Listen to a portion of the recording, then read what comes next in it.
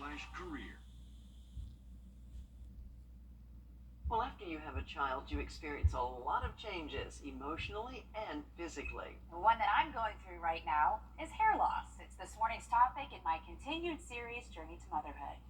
All right, and this is the time we try to make hair loss look full when you're dealing with this.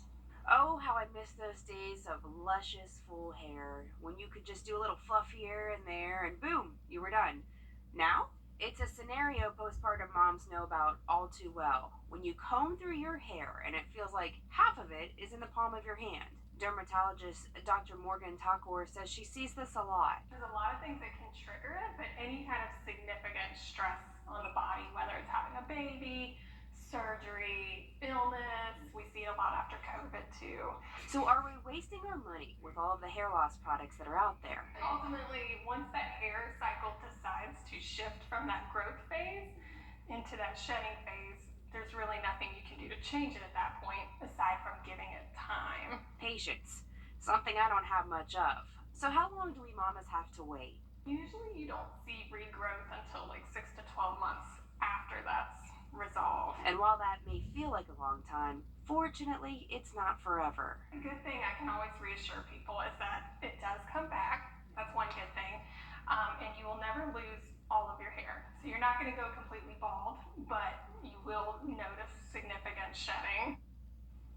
The journey to motherhood, certainly not an easy one. Join me and Renata Dubose as we talk more about that during Finding Hope Fertility Freedom. Several of our doctors will talk about this with us, those challenges, how you can overcome them as you start your family or try to grow a family. That is Thursday, June 22nd at 7:30 p.m. right here on News Channel 6. Looking to hearing from those doctors who are going to have some great advice. We've put them through the ringer, that's for sure. Certainly has. All right, time now for a look at the full day forecast. Early this morning will be By these sponsors. Meteorologist Jennifer Johnson, weather coverage you can count on.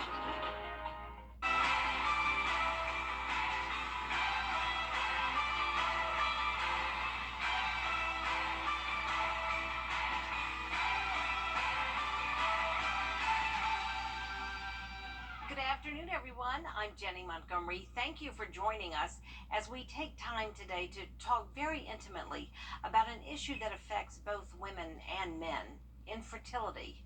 In a few minutes, Barclay Bishop and Renata Dubose will share their stories because they say they don't want other women to have to go through the ordeal they did to have their babies. Infertility is defined as trying to get pregnant with frequent, unprotected sex for at least a year with no success. Female infertility causes can be difficult to diagnose. There are many treatments depending on the cause, and many infertile couples will go on to conceive a child without treatment. Polycystic ovary syndrome, or PCOS, is an often misunderstood condition that impacts the fertility of up to 10% of women. Jennie Norman introduces us to a woman who shares her story. For Jennifer Samaglia and her husband Tony, the dream of starting a family began with a set of challenges. We had been trying to have a baby for a year and were not successful. And so we were sent to a fertility clinic. They knew something was off. They found that PCOS was a factor in my fertility issues. PCOS, or polycystic ovary syndrome, is a hormonal disorder that affects up to 1 in 10 women of childbearing age worldwide, and it can result in the formation of cysts on a woman's ovaries, impacting one's fertility. This is what we call a diagnosis of exclusion, because there are certain things that may present that don't necessarily point to PCOS, but can give us some clues. So those things can include changes in your cycle, having very few cycles throughout a year, or maybe not at all.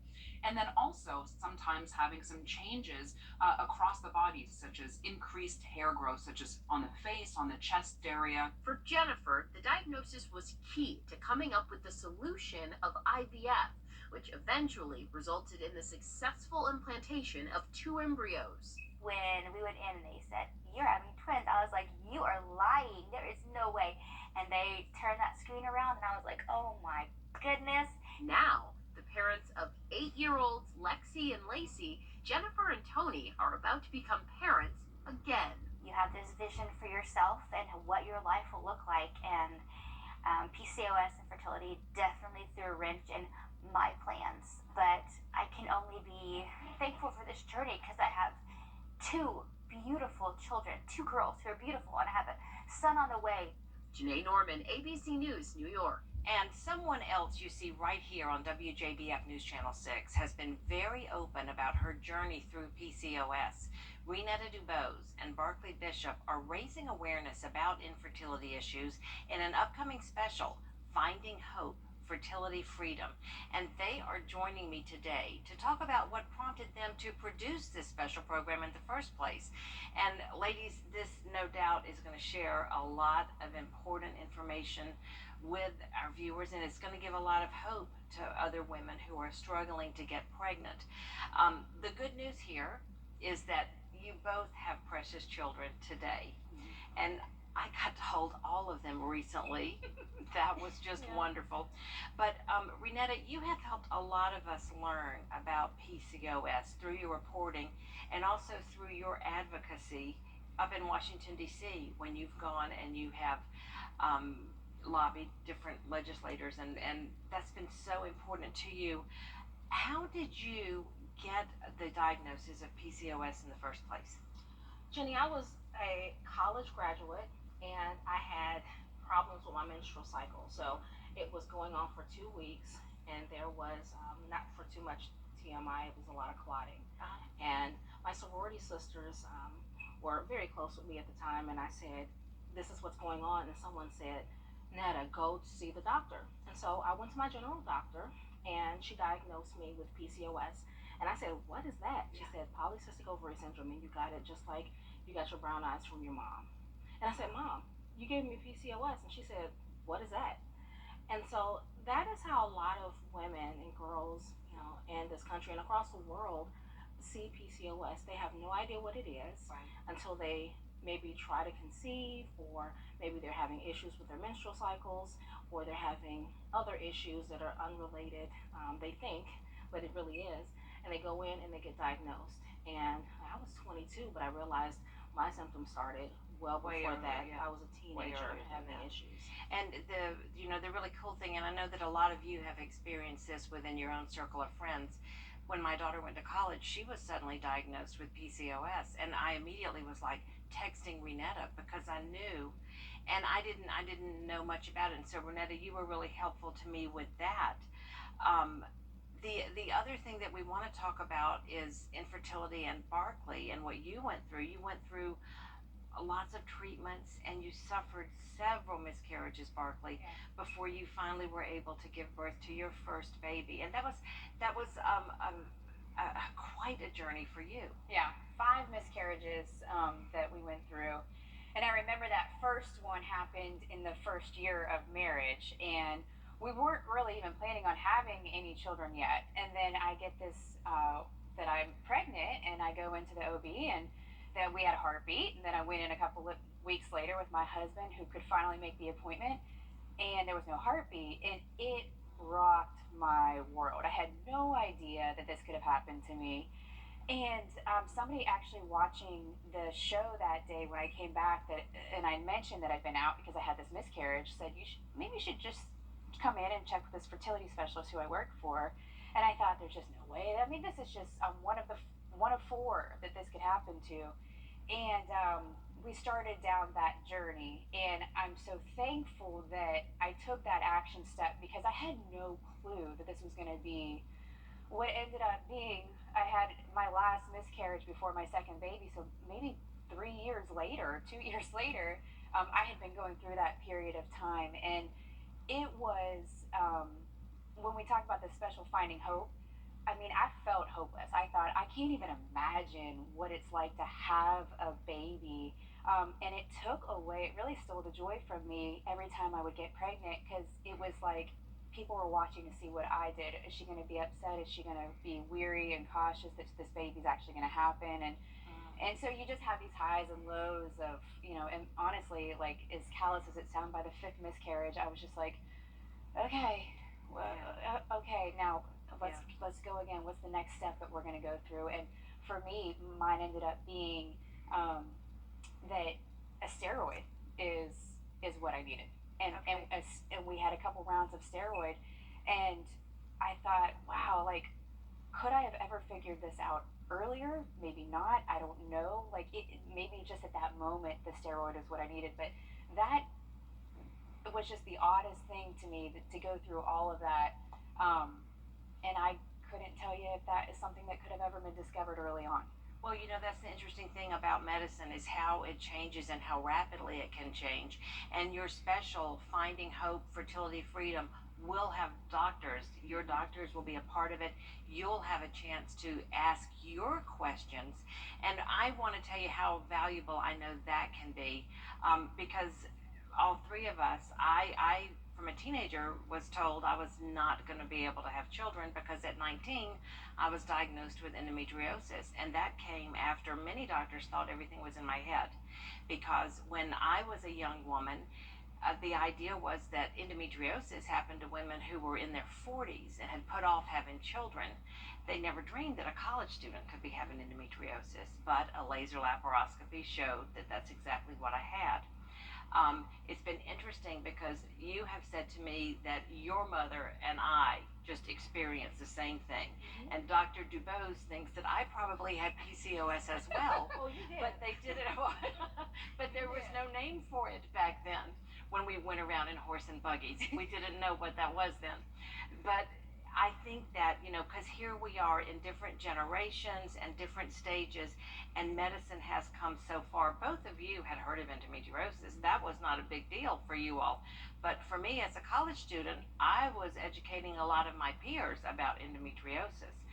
And I was lucky enough to have so many surgeries before I even got married, and I even lost a tube and an ovary before I was even married.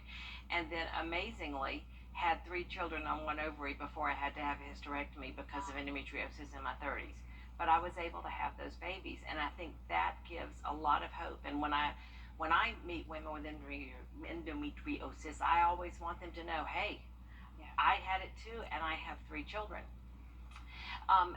What kind of questions do you expect viewers are going to send in advance of your special? We were just talking about this. I think the question that I always ask myself, that I think others do, is like, how do you know that you could have a fertility issue? I think a lot of that is because, like, you could just be dating or you could not be dating, but as a woman, there are some things that you can start looking at and getting an evaluation. So you mean like a screening in Yes. advance? Okay. Yeah, that's what I think is a big thing I wish I had done early on. Okay. And then what do you do during the process of trying to conceive when you're having those troubles? So how do you navigate the world of infertility? Who do you go to? What medicines do you take? In some cases, what supplements can you take? Because some people want to do that route. They want to do medication. That was certainly my story. And who do you go to? It's just so many questions that you have when you're dealing with this, and you feel alone, you feel lost, you feel hopeless. And so you're looking to connect with someone and the right people who have the answers. And we certainly hope to provide that during this special. Tell me, Renetta, what you felt like when you held Abby for the first time. Oh, I cried. And look, Abby didn't cry. I cried. And it was the smoothest delivery for all of my troubles ahead of time to get her here. It was the smoothest delivery. I mean, she came out quiet. Her dad is like, she didn't even cry. She's just here. Yeah. And then I cried, and then she cried because I said, finally, she's here. And she's precious. She's precious. She's precious, yes. And little Cole, and little Grace. Yeah, we had a wild ride leading up to it in both of those. Some preeclampsia and gestational diabetes and all the things after too. It was the coolest thing. Yeah, it's awesome. Cool. Yeah. I think you're both so brave to share your stories, and thank you for taking such a leadership role in this and helping people get questions answered. And again, we want you to know that you can submit your questions now. The special is next week. It's going to be on next Thursday, June 22nd at 7:30. But you can go to our website now and click on Featured Stories, and then you'll find a link called Finding Hope. Submit your questions because you're going to be asking the doctors in that special, as Barkley's sitting there with tears in her eyes. It's an emotional subject, and we hope that through this special, we're going to give people a lot of hope and answers. Again, ladies, thank you all so much for sharing your stories with us today. Thank you. And I'm so happy for both of you and respect and admire you so much. We'll be right back. Barkley and Renetta's special, Finding Hope, Fertility Freedom, is coming up Thursday, June 22nd at 7:30 p.m. right here on WJBF News Channel 6. Submit your questions for the doctors now on our website. Just go to WJBF.com and click on the featured stories. Then look for the link, Finding Hope. We'll be right back. CAPS Insurance.